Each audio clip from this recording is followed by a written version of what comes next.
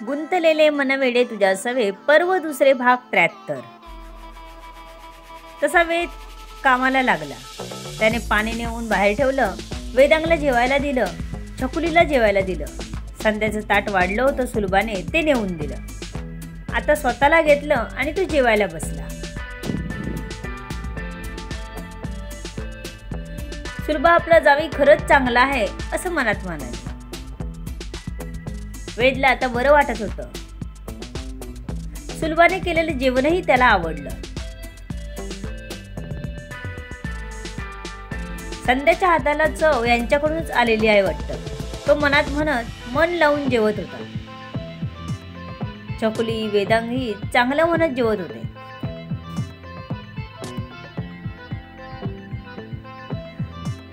पुन्हा हवं नको बघायला सुलभा जेव्हा बाहेर आली तेव्हा सर्वांनी जेवण छान झालं असल्याचं तिला सांगितलं। सुलभा ऐकून खूप खुश झाली। सर्वांना काही हवं नको बघून ती स्वतःही जेवायला बसली। मावशी भांडी घासणार होती म्हणून ठीक होतं, नाहीतर आता एवढा ढीग झाला होता भांड्यांचा।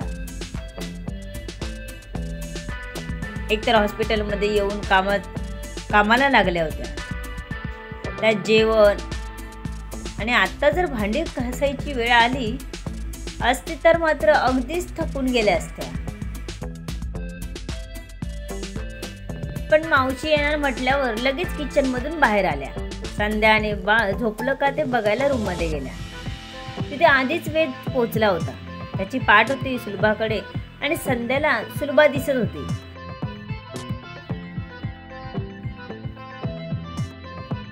वेद तिला काहीतरी बोलणार त्याआधीच तिने आईला आवाज दिला, जेणेकरून वेद काही वेगळं आपल्या आईसमोर बोलू नये आणि मग आपल्याला अवघडून येऊ नये असंच वाटत होतं तिला।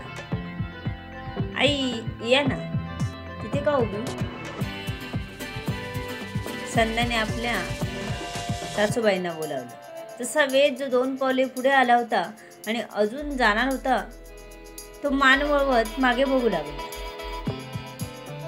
त्याला खोटं वाटलं होतं की संध्या मुद्दाम त्याला डिवचण्यासाठी सांगत आहे, पण जेव्हा खरोखर सुलभा दिसली तसा तो पटकन मागे झाला आणि तिथेच बाजूला बसरकला। अगं मी फक्त बाळ झोपलं का ते बघायला आलेले, आता मी पण थोडा आराम करते। बाळ झोपलं तोपर्यंत तूही झोपून घे।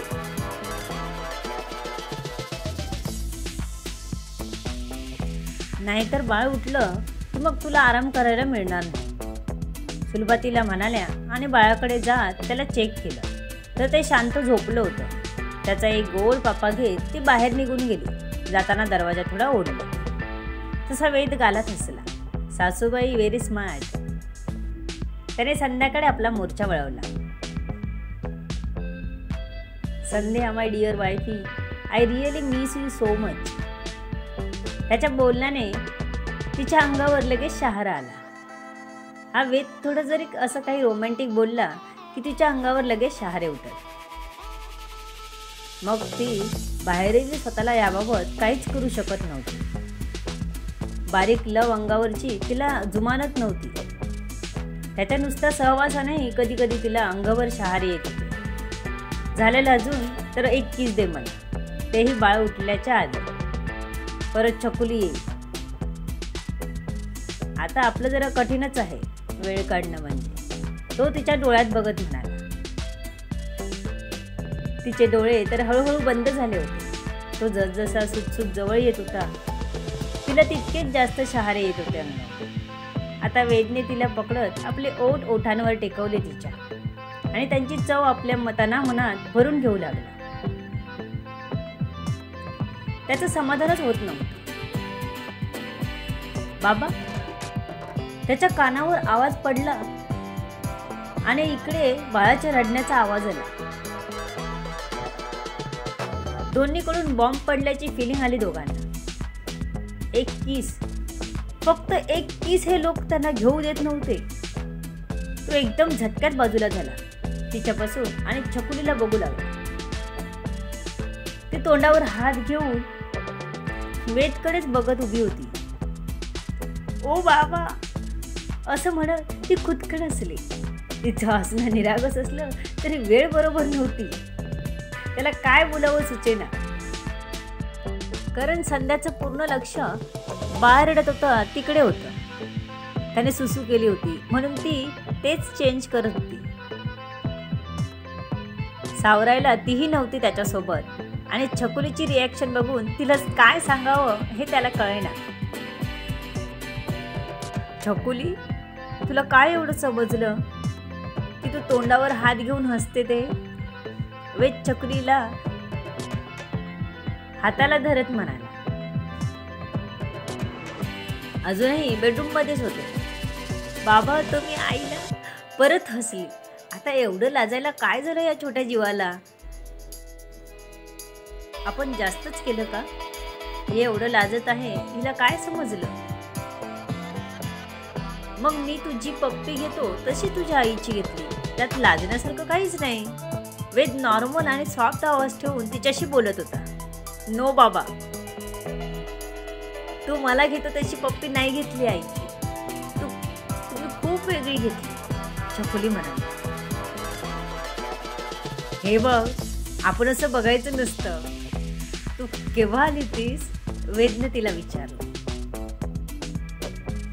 जेव्हा तुम्ही खाली उभे होता आणि आजी बाहेर गेली तेव्हाच, छकुली म्हणाली आणि वेदला कसं तरीच झालं.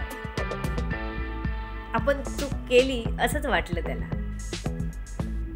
अरे मग तू बाबांना आवाज का नाही दिला? वेदने विचारलं. मला वाटलं तुम्ही आईला औषध लावता डोळ्यात, छकुली म्हणाली. आता काय सांगू या मुलीला, आजकालची मुलं जास्तच हुशार निघाली. एक आम्ही होतो, कोणी काही करो आम्हाला काहीच कळत नव्हतं. आणि ही आजची पिढी तोंडावर हात घेते.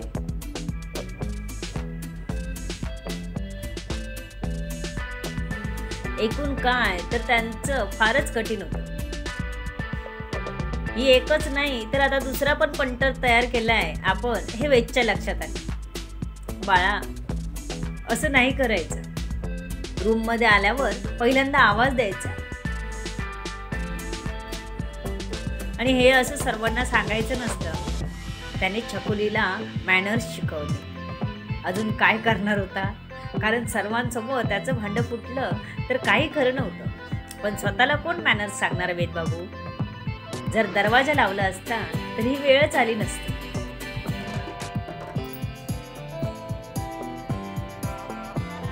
त्याने मग छकुलीचं लक्ष इकडच्या तिकडच्या गप्पा मारत आणि मस्ती करत त्यावरून वळवला. तिला विसरायला लावलं. तिला आपल्या बाजूला घेत झोपवायला घेतलं. पुढच्या 5व्या मिनिटाला छकुली झोपी गेली होती. पण अजून त्या गोष्टीवरून त्याचं स्वतःचं लक्ष मात्र बाजूला झालं नव्हतं. मन अजूनही तिथेच घुटमळत होतं संध्यापाशी. हळूच उठून बघितलं तर बाळही शांत झोपलं होतं. यावेळी त्याने दरवाजा लॉक केला आणि कडी घालून व्यवस्थित बंद केला. त्याला आतून समाधानच वाटत नव्हतं. संध्याला फक्त किस करून मन भरतच नव्हतं त्याचं शरीर जे होत होतं त्यापेक्षा जास्त मागत होतं. श्वासांची गती वाढली होती. हृदयाची धडधड वाढत होती. त्याने चांगला स्पीड पकडला होता. संध्यालाही बदल लगेच लक्षात आला. त्याच्या हाताची पकड चांगलीच घट्ट झाली होती. सध्या तरी ती मेहनत दोघे करू शकत नव्हते. दोघांसाठीही घातक. तिची नुकतीच डिलिव्हरी झाली आणि त्याचं अगदी आत्ताच ऑपरेशन झालं होतं. जवळजवळ 3-4 महिने तरी ही मेहनत करणं होऊ शकत नव्हतं. पण त्याचा किसचा वाढणारा आवेग काही वेगळंच सांगत होता. तिने एक हात त्याच्या छातीवर ठेवला आणि त्याला थांबवलं.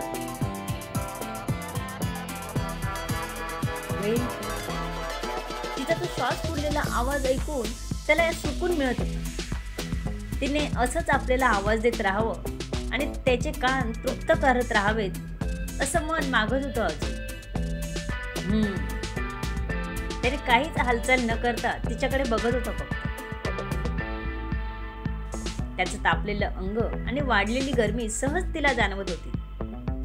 तिचे लक्ष सहज त्याच्या कमरेच्या खाली असलेल्या तिकडे गेलं.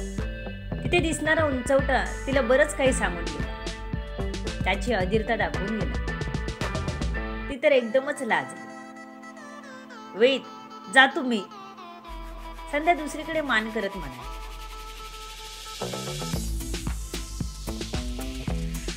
कुठेच जाणार नाही, मला तुझ्यासोबतच राहायचं आहे. त्याने तिला पुन्हा किस करायला सुरुवात केली. वेट, अगदी सॉफ्ट आणि मोहक असा आवाज तिच्या तोंडून निघाला. त्याने त्याच्या हृदयाच्या तारा छेडल्या गेल्या. Sandhya, Sandhya, I love you so much. Ved तिला आता जवळ घेत म्हणा, आय लव्ह यू टू. तीही त्याच्या धडधडणाऱ्या छातीवर डोकं टेकवत कान लावत ती त्याची धडधड ऐकत होती. खूप काही सांगत होती तिला, पण सध्या तरी काहीच करू शकत नव्हती ती. थोडा वेळ झाला तसा तो तिच्यापासून लांब झाला. तू आराम कर, संध्याकडे बघत तिच्या कपाळावर ओठ टेकवत म्हणाला तो. ती बेडवर आडवी झाल्यावर तिला चादर अंगावर देऊन तो वॉशरूमकडे निघाला. त्याचं राहिलेलं काम पूर्ण करायला. जवळजवळ 20 ते 25 मिनिटांनी तो वॉशरूम बाहेर आला. तोपर्यंत संध्या झोपली होती. बाळावर एकदा नजर टाकली आणि तो दरवाजा उघडून छकुलीच्या बाजूला झोपायला गेला.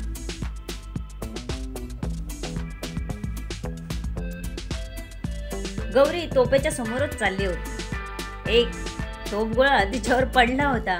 अजून किती होते बाकी माहित नव्हतं तिला. हातात पेन आणि अभिने दिलेले पेपर घेऊन ती त्याच्या केबिनमध्ये आली. तो टेबलवर पेन ठेवून तिचीच वाट बघत बसला होता. मॅडम बसा. आणि अभिने काही कल्पना दिली आहे का? त्याने तिच्याकडे बघत विचारलं. हो, सांगितलं आहे मला, तिने संक्षिप्त उत्तर दिलं.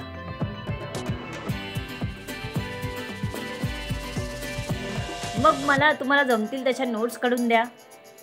तुम्हाला किती हवा तेवढा वेळ घ्या तरी चालेल, तो म्हणाला. तो तिला आपल्या समोरच बसून लिहायला सांगत होता. सर, त्यावरून नोट्स काढायच्या आहेत तर मी बाहेर माझ्या डेस्कवर जाऊन लिहू का आणि तुम्हाला देऊ का? तिने त्याच्याकडे बघत विचारलं. कारण त्याच्याकडे बघितलं नाही म्हणून परत काहीतरी बोलायचं. सर्किट्स खडूसकुटला. काय इथे लिहायला काही प्रॉब्लेम आहे का? त्याने डोळे रोखून ठेवत विचारलं.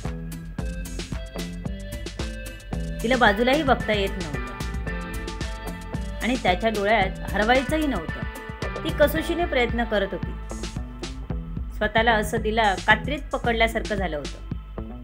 ती एकदम शांत अस्वस्थ झाली. सर, मी माझ्या पद्धतीने व्यवस्थित लिहून देते, असं म्हणत ती तिथेच खाली बसली आणि त्याच्या डोळ्यात बघत बोलण्यापेक्षा खाली बसून कामाला सुरुवात केलेली कधीही चांगलीच. ओके म्हणत त्यानेही मग कामाला सुरुवात केली. 15 ते 20 मिनिटांनी तिचं पूर्ण लिहून झाल्यावर तिने मान वर करून बघितलं तर तो तिलाच बघत होता. पण तिला स्वतःकडे बघताना बघून त्याने लगेच नजर वळवली. ती कामात एवढी मग्न होती. तो तिला केव्हापासून बघत होता पण तिला काहीच कळलं नव्हतं. तिचं सर्व लक्ष काढत असलेल्या नोट्समध्ये होतं. पण आता त्याची नजर आपल्यावर अशी स्थिर बघून तिलाही रागच आला.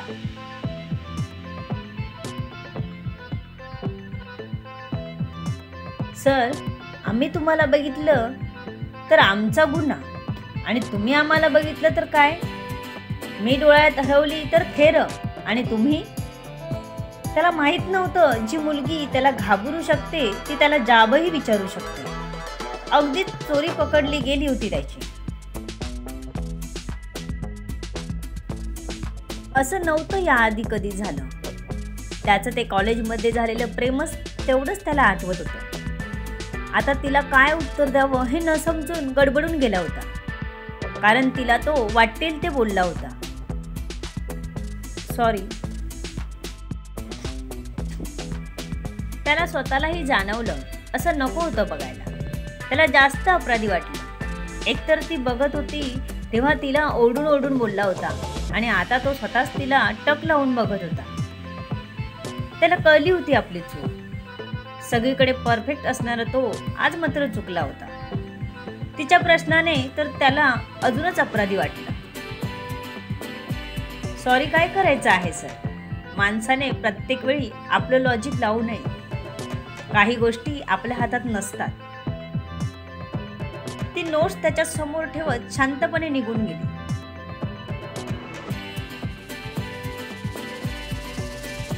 तो मात्र स्वतःच्या मूर्खपणावर हसत होता. आज पहिल्यांदा त्याला कोणीतरी क्लीन बोल्ड केलं होतं आणि त्याच्याकडे उत्तरच नव्हतं सारवासारव करण्याशिवाय. आपण तिला किती दुखवलं आहे हे त्याच्याही लक्षात आलं होतं. आजूबाजूला काम करायला धडपडणारी ती आज अचानक त्याच्या बोलण्याने बदलली होती.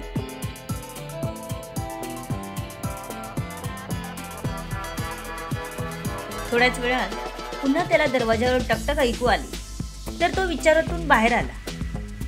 येस कम इन, तो म्हणाला. पण पुन्हा तिला बघून त्याच्या चेहऱ्यावर प्रश्नचिन्ह उभं राहिलं होतं. आता हिला काय बोलायचं आहे, तो मनाशीच म्हणाला. भेटू पुढच्या भागात. तोपर्यंत कमेंट करायला विसरू नका. कथा कशी वाटते सांगत राहा. लेखिका शब्दवेदी उर्फ संतोषी राणे पाताळे. निरनिराळ्या कथा ऐकण्यासाठी या चॅनलला सबस्क्राईब करा. धन्यवाद.